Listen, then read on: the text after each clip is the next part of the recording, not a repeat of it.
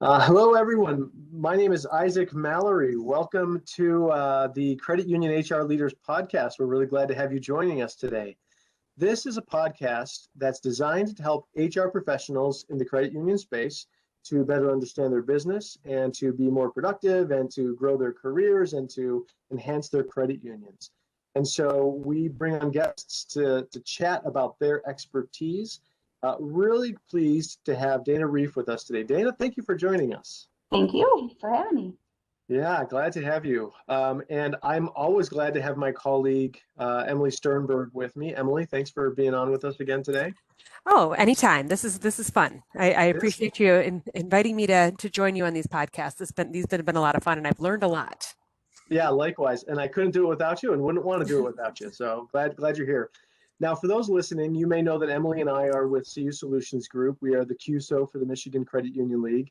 And we're kind of a SaaS organization, software as a service organization. Emily and I work in the space of performance management, compensation management, learning and development, as well as strategy. And we work with credit unions in that space. So we want to thank Compies today, which is one of those applications, for sponsoring this chat with Dana. Now, just to introduce Dana at a very high level, Dana Reef is the VP of Operations at Frankenmuth Credit Union. And Frankenmuth is a small town in mid-Michigan, a beautiful little tourist town, a fantastic place to go and to visit and be. Frankenmuth Credit Union is about 900 million in assets. And Dana has a lot of different responsibilities as VP of Operations. And so we thought it would be fantastic to have Dana on. And Dana, do you remember that we initially reached out to you because our CEO knows your CEO, and we were talking, they were talking rather, about retention rates. Does that ring a bell? Retention rates at your credit union? Yeah, I mean, our retention rates are very, we have high retention. We Yeah. have very low turnover. And based on that conversation, and then based on follow-up conversations with Dana, we thought that those who are listening would really be interested in what you guys are doing over there and how that culture has evolved. So with that small introduction, we'll turn it over to Emily, who will start getting us the ball rolling. All right. Well, so Dana, kind of jumping off that idea of employee retention, tell us a little bit about the culture at Frankenmuth Credit Union. Tell us a little bit about the credit union in general and its culture. Okay. We are a community charter. We have the whole state of Michigan as our field of membership. We have 24 branches. We have 300 plus employees. And we are part of 5 QSOs. We have a mortgage, an insurance, title, trust, and then we have like a strategic income generator QSO, excuse me. Our culture is basically do what's right. I mean, if I had to just limit it to what it was, it's doing what's right. And that's not only for the credit union, but for our members and for our community. I love that philosophy. Yeah. So, I understand that a lot of the credit union employees or staff report through you or directly to you. Given that your culture is really kind of this do what's right culture, which is so exciting, tell us about how you encourage your employees to perform and meet that do what's right expectation. What kinds of strategies do you implement with that? Well, our strategy is we do hold our employees accountable, but not in a strict or stringent way, because we're very much for helping people helping people. A lot of our staff, we're a very diverse staff, all ages, just different lifestyles. And so that helps us understand our membership. So when they understand the membership, it's not so hard to coach them in the way that we need them to be for our credit union, if that makes sense. Actually, that makes perfect sense because you have an underlying value that you can coach to. They understand the membership because a lot of them have been in our member shoes. And when you treat your employees like your friend and your neighbor, you can't go wrong. Yep. I like that. I like that a lot. So Isaac, I know you had some questions about, to what they attribute retention. Yeah, let's talk about that. Why is I mean, you can tell that from the way you're intentionally trying to treat your employees, that certainly probably enhances the retention. But tell us the numbers around that retention and kind of scope that out for us, if you will. I was gonna look that up and I totally forgot. Yeah. But I mean, it's very low, very low. And I think it's low for two major reasons. Or I should say the only two reasons that really people leave is they're pursuing their initial field, pursuing another field that they may have went to school for, um, or have a degree in, or they're moving due to maybe a spouse or something like that. And even in those times, we look at ways that we can keep them on, and they can work remotely from out of state.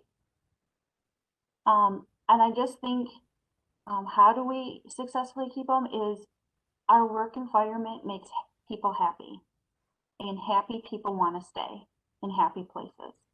That's all I can even think that it comes down to. It's interesting to me that you try to even retain people who need to move, right? So you're looking for it sounds like you're looking for creative ways to keep the right people around.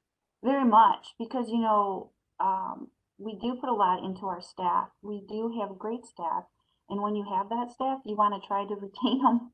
Yeah. Because you do put a lot of time and effort and training in that with staff. So, yeah. Turnover is actually really expensive, and so was that a decision that you've all made intentionally to try to reduce turnover, or is that just kind of a natural outcome of the way we care about people? Natural outcome. Yeah, that's interesting. That's interesting. So the metrics are easily hit when your intent is genuine, and then you're acting on that Right. turnover. Yeah. Yeah, really interesting. So you say that happy employees want to hang around. What is it that makes people happy? You've referenced the way you try to treat people. Is that enough in and of itself? Or are you guys doing some other things in addition to that to make people happy?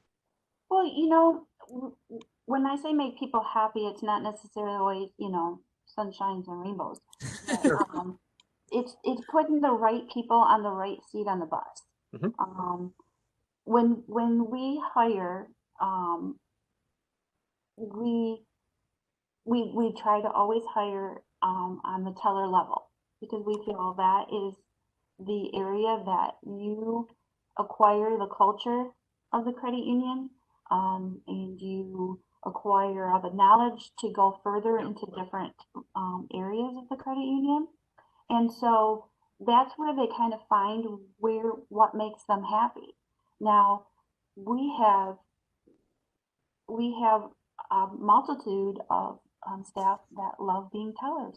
And I love that, because I don't think any position is higher than any other position. I mean, yeah, you have an org chart, but that's only just for, you know, For to reporting coach and people, for reporting and Right. yeah, that. But Somebody yeah, has to be the decision maker, right? we have to be sure. the decision maker, Right. but all in all, we're all on the same level playing field. And so when they love their job, they do the best job that you can ask for. So then if they're not happy, or I shouldn't say they're not happy, they just want to do more. Or they see a coworker happy at they're like, wow, I think that would be interesting. We have a competency um, system that each of our positions have what's required in them, and what maybe courses that you need to take. We have online courses, and so staff can go ahead and look ahead and see, oh, I can do that, or I'm going to take this competency test and see where it takes me. And so when we do have another thing that we do is we promote probably 90, I would say 96 to 97% within. So when there Fantastic. is a posting, Yeah. you know, we look at that. We look at, hey, have you gone through and did any of the testing, or, you know, looked at what, you know, filled the check marks in those. Oh, sorry. A musical interlude. It keeps things interesting. They also, I lost my train of thought, but the competencies, you know, they can, then when we go to post, we look at that and, they try it out. So, and it might be, we post for all positions, and I think that helps us see who's interested in areas or different areas, and it kind of opens your eyes, because you think you might know only a certain amount of people would be interested in this position, but all of a sudden you come out and see that Susie Q, oh, I would never have known that she was interested in that. So you talk with her and you get a little, it might not be something that she ever brought up in her review with her supervisor, but it might be just something she wanted to try. And Yeah. I think they like that part of it, that we're always looking to make sure that you are happy in your position. Now, we can't always move everybody,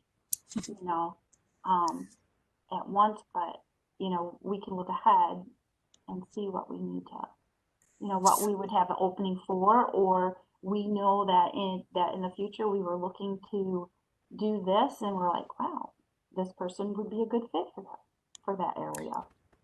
So how do you, just kind of piggybacking on that, how do you develop your employees to be ready to take that next step? So if I'm a teller today and I really want to get into underwriting, or I want to get into I want to be a consumer loan officer, what kinds of things do you do through the course of that employee's tenure as a teller to help prepare them to get into that next step?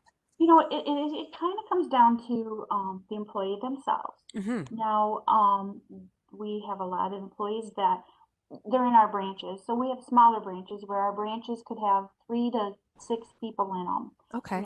And so they see a little bit closer hands-on work of the MSR, and they might ask, hey, can I help you with anything? And Mm-hmm. so, by them helping out, them doing calls or making copies, they kind of get the gist of what the position's about. And they ask questions. So I really have to say it's more on the employee that they are looking at.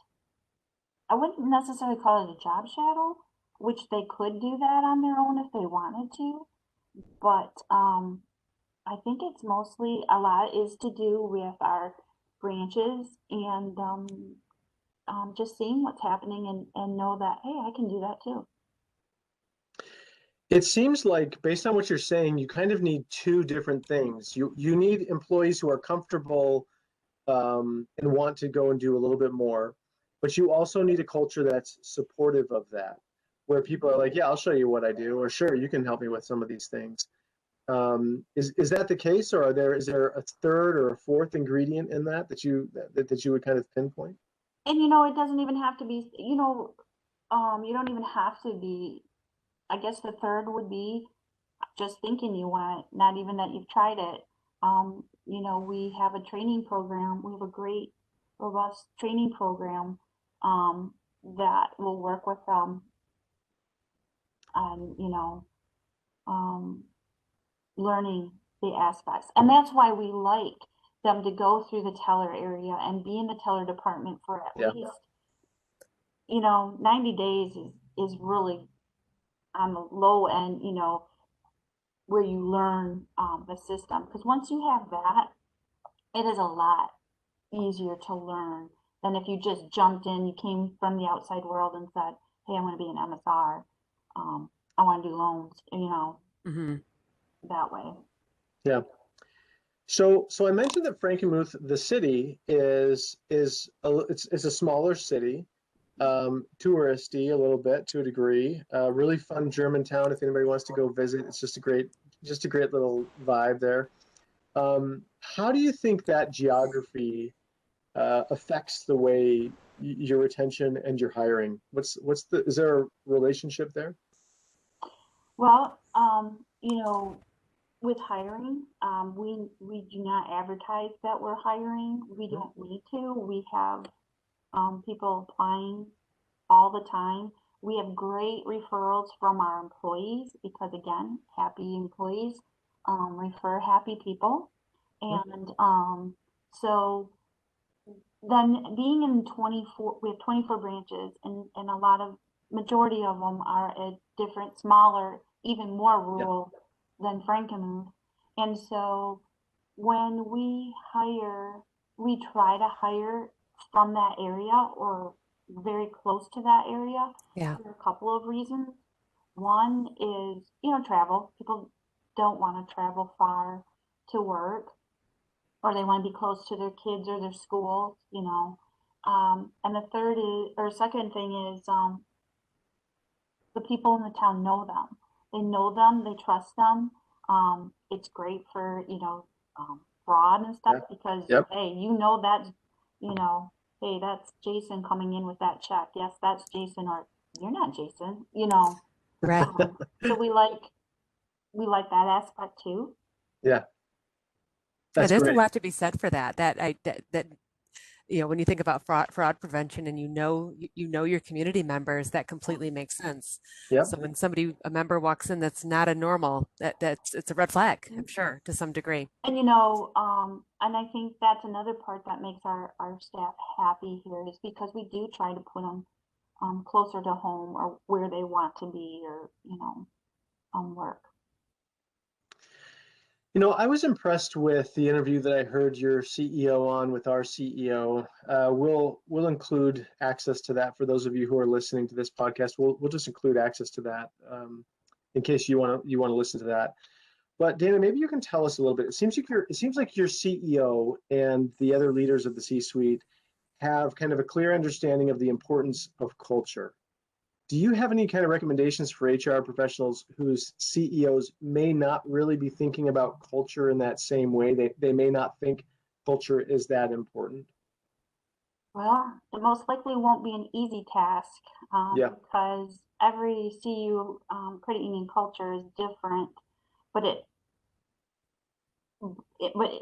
might not be a healthy culture, but it's their culture. So I guess to recommend that if their senior executives, their CEO is not big on culture, I would suggest that you always try to bring in that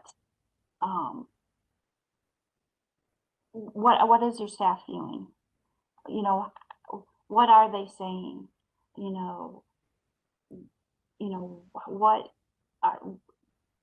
What is by the water cooler, so that you bring those into your management team meetings. You have maybe situations, you maybe give specific examples of situations of how things are going. I think is the best motivation to try to lean towards a really healthy culture. Because I think if you have someone that's not really into, culture, I think you have to say culture's a lot. You have to be people oriented and in how they feel. Now, we have a business to run and we know that, but you have to have people working in order to keep your credit union running. So that's what I would do. I would continually bring up, this is what's happening. You don't all want bad, hey, this is working. Sure. And then you know that, hey, that part of our culture is really good. Let's lead off on that. Let's take that further. It could lead to a whole other ways of changing your culture. Great stuff.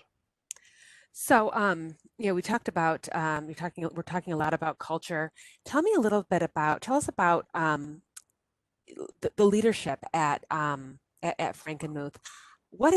How do you guys as leaders, how did you build the relationship among yourselves so that as you're growing with the credit union, you've got credibility with your CEO, that you've got credibility, you're the VP of operations. But if you're an HR professional, how does HR gain credibility with operations and with lending? What are the steps that you would have, that, knowing that I'm guessing you started with the credit union as a teller as well? Yep, it'll be 32 years.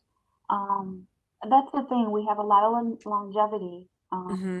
in our credit union, and a lot of us worked with each other as tellers, and as we, climbed to different positions, or should say move, not climb, but move to different positions, we've worked with each other. Our management team has been together and set up their, you have our IT, you have our marketing, you have our HR, you have operations, you have lending, you have accounting, we have compliance, now we have risk management.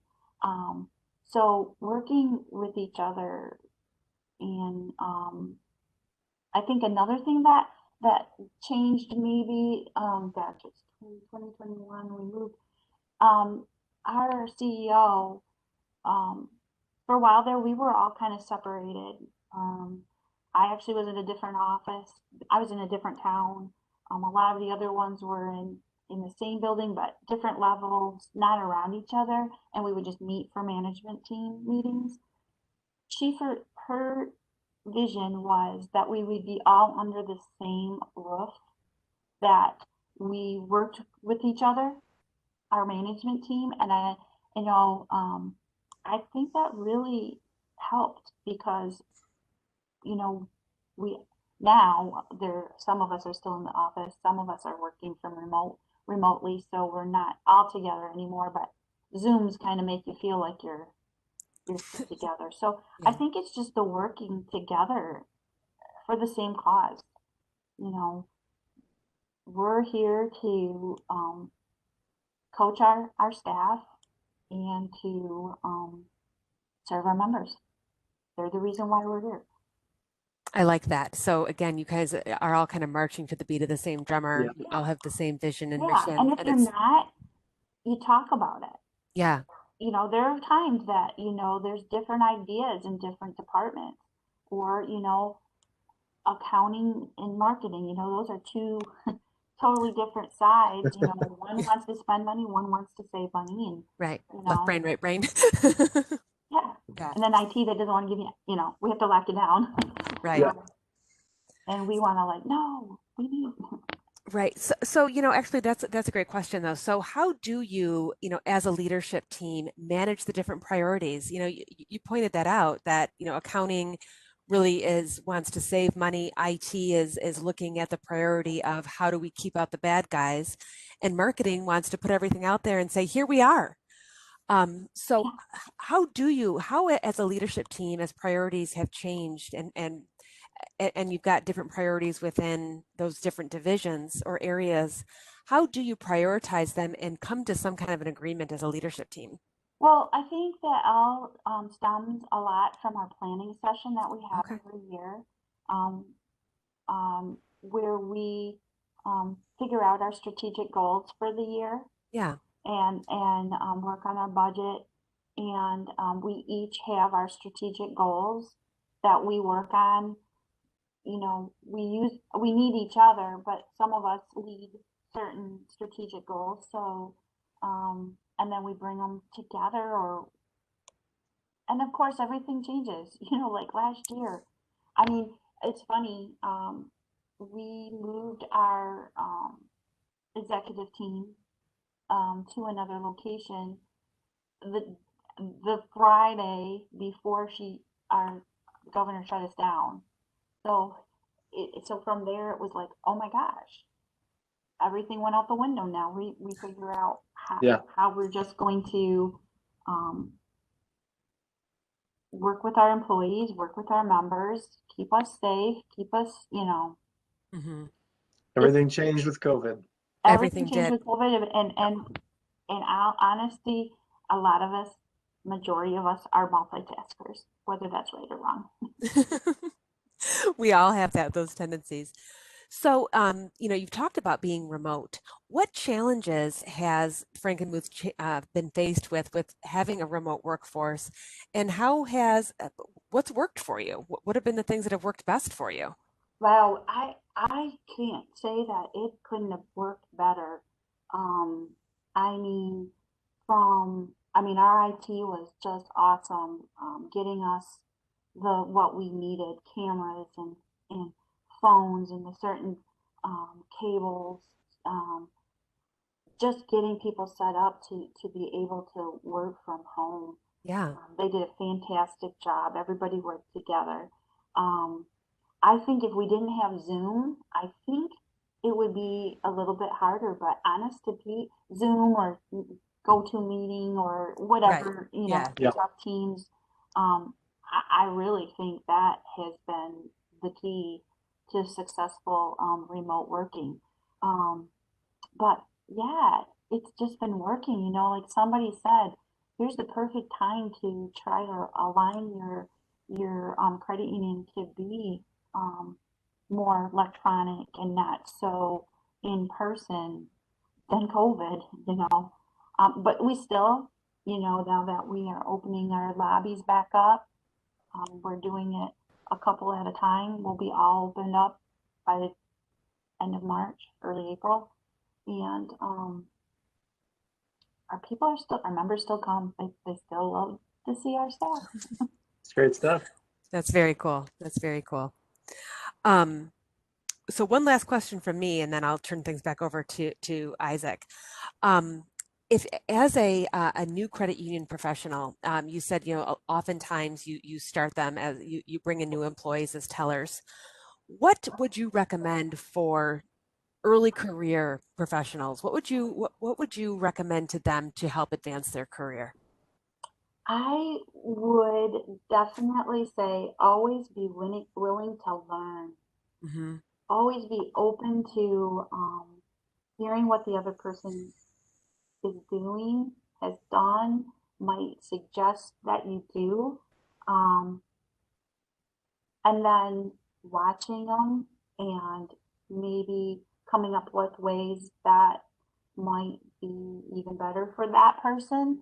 I think just staying the course and research, read articles, read books, just researching constantly Hmm. on that position because in a lot of our positions, regulations are changing Yeah. Hmm. or adding so much more to us.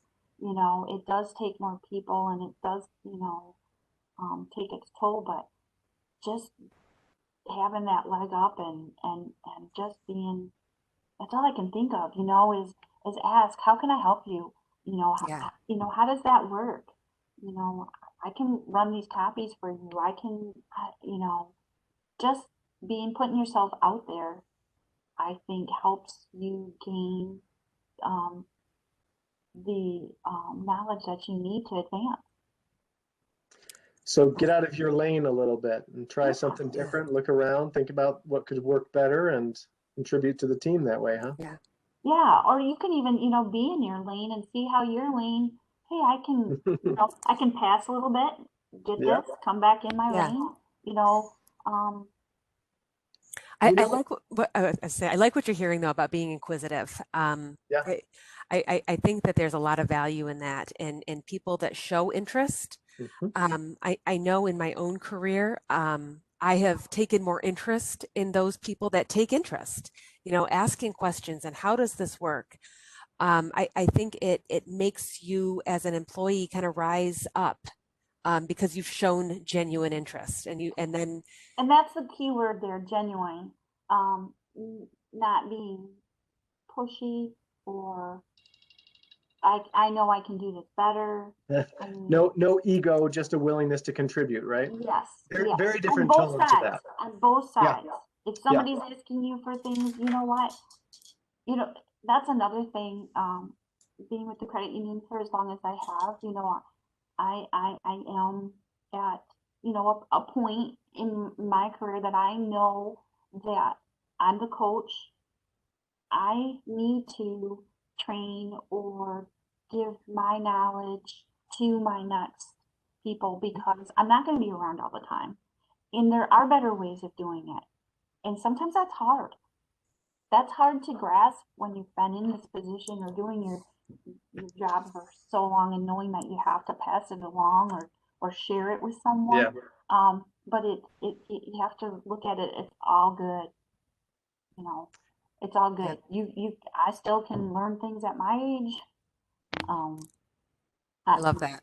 give them, I can train and I can be a trainee. That's important, right? Hmm. Because that makes it safe, emotionally. For me, that makes it emotionally safe for somebody to say, "Hey, maybe we try this," or and that's how things incrementally improve, I suppose. Yep. Let me ask you something that I'm interested in, because what you've talked about is hiring from within and really creating a culture where people can step up and take on additional responsibilities. Hmm. But there are some skills that are very kind of finite, like a Yep. finance role, a marketing role, the technology role that you've talked about. And you really need people who have those skills. Are you promoting those into those upper level management positions? Are those people also kind of working their way up, or how does that work traditionally? Yeah, I would think there's a basket of ways there. We do have some positions, like your risk management manager Hmm? needed a little bit more of a role that's outside that what we have because you kind of have to have them an Yeah. outside looking in. Hmm. Um, there are roles like what's another? I mean, IT can be a specialty item. Hmm. Maybe your techs, your rovers can be within because they're learning and they're watching. Some have gone to school for that. Um, So you are getting some of that talent from within then. we are. They Good for came you. in. They came in at a time and they're like, "Hey, I wanted." Here's the thing: they just want to get into the credit union. They want to work at Frankenmuth Credit Union. They're willing to start wherever. And so we're like, "Okay, we don't know how long this will take, but we're willing for you to, start as a teller or, As a teller. and work yourself up." And I think, I mean, even with our IT, even if, you know, in those specialty departments, we will make you do teller training, so much teller training, and you will at least have to shadow the MS or the different departments, your tellers or your MSRs, just so you have a grasp of what it is, Yeah. especially IT, because they might not think something is needed that really is needed, and so if they get that frontline look, they're more apt to like, yeah, we got to do this. I know this is, Yeah, it So, maybe so gives them a different vision of where there might be risk, yeah, right? yeah. Well, and speaking of risk, people are running a little risk when they come in as a teller, hoping to be promoted into their dream job of IT or whatever. So they're betting on the organization, the credit union, to help them get there, I suppose. So that's you really know, interesting. what's funny is when, I said one of the reasons why somebody might leave is because their field that they went to Yeah, school in, we've had so many change their field and stay with us. that's amazing. Yeah, That's fantastic. Yeah, You that, guys are that definitely really doing that really something says right. there's something going on, right? yeah, So let me ask you something else, because you started by talking. One of the first things you said was we want to create a happy place for employees. And then you said, don't get me wrong, we expect things of people. hmm, And for me, and you've also referenced kind of coaching people. So for me, it sounds like you guys have some models where you are effectively able to coach people. And I think coaching people is a really scary thing for a lot of managers. What is Frankenmuth's approach to coaching people, expecting good things of them, and balancing that with making sure that they've got the morale to do those things? well, I'm not going to say it's easy Yeah. because like you said, you don't, we have to keep everyone accountable uh, from teller Sure. to CEO. We have to because that's what we owe our members Hmm. in the credit union. But sometimes doing it because you've worked with this person and you might understand why maybe they're slipping or whatever, but you have to. And the accountability is, sometimes a motivator to get things done or try things. Yeah. We're just doers, and for the most part, our managers, our supervisors, team leads, they're all working managers, supervisors, team leads. There's no just, sitting in an office and staring out the window. You're there. That's not a career track at Frankenmuth? That's not an official position? No, won't see that here.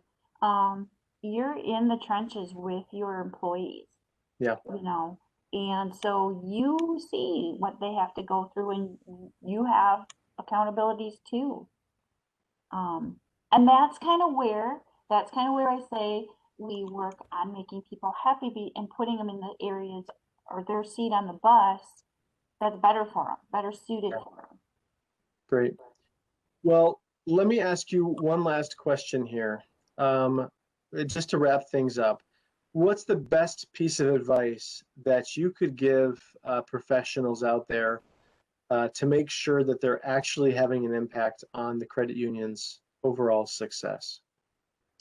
I would again say staying on top of things such as regs, always looking at new types of benefits, new types of services, new ways of doing things, and including other staff and asking them, what do you think? I think the greatest thing is being collaborative with your fellow employees. Yeah. There's something powerful about that, isn't there? There is. Yeah. Yeah. You don't want to be a lone wolf. It's lonely, and you got a lot, you're doing a lot more than what you need to be doing. Yeah. Right. That is great advice. Great advice. Yep. Well, Dana, you have been super generous with your insights. And, I think you said, what did you say, 30 plus years ago you hired in as a teller? 32. 32. And so really generous of you to share 32 years worth of credit union knowledge and experience. And your credit union's really grown significantly, right? Yeah. Even my husband says that. He's like, man, when you started, I think you were only like 30 million, and now look at you. And Yeah. I'm like, I know. Yeah. We're just a very forward thinking credit union. Vicky is not one that wants to sit Your back. CEO. And, yeah. And I'll tell you, in interviews, I tell staff or I tell potential employees, okay, if you don't like change, or if you have a hard time with change, you might want to rethink this, because we are so much. I mean, we're not changing everything, don't get me wrong, but if there's something new out there, we're going to try it. Yeah. We might have to reinvent the wheel. We might not have to, but I tell them, buckle up and be ready to ride, because Love it. we're always, and I think one of the other things, and maybe this is a good piece of advice. My CEO doesn't want to be told that you can't do it. You have to show her it can't be done, or you have to show her that this is what has to happen in order for it to be done. Yeah. It's not a no. We're always trying to find ways to say yes, whether it's for our members, it's for, our staff, just trying to be positive. Yeah. So she pushes it, and she's not, she doesn't take no easily. No. And I think that's the high expectations, right? Yeah. That's great. That's great. Well, Dana, again, you've been super generous with your time. We appreciate it. I have no doubt that somebody who listens to this in the future will say, oh, I really like that she said this. I'm going to try that. Well, I hope so. Yeah, I really think so. So on behalf of Emily and myself, we thank you for joining us, and everyone who's listening, thanks for joining us as well. Good luck with what you're working on in your own credit unions. It's important work, and we appreciate what you guys contribute to your teams, to your communities, and we'll look forward to talking with you all at the next podcast. Thanks, everybody. Have a great day, guys. Thank you. Bye. Bye-bye. Bye-bye.